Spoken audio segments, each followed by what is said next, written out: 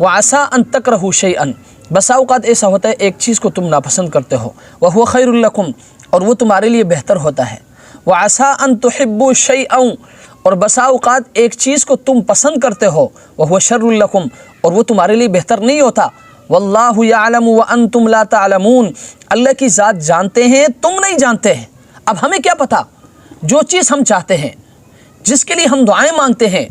جس کے لیے ہم نے صبح بھی دعائیں مانگی، شام کو بھی دعائیں مانگی، نفل بھی پڑھیں، تہجد میں بھی دعائیں مانگی، اشراق میں بھی ہم نے دعائیں مانگی، اوابین میں بھی ہم نے دعائیں مانگی، اب وہ چیز ہمارے لیے بہتر ہے یا نہیں؟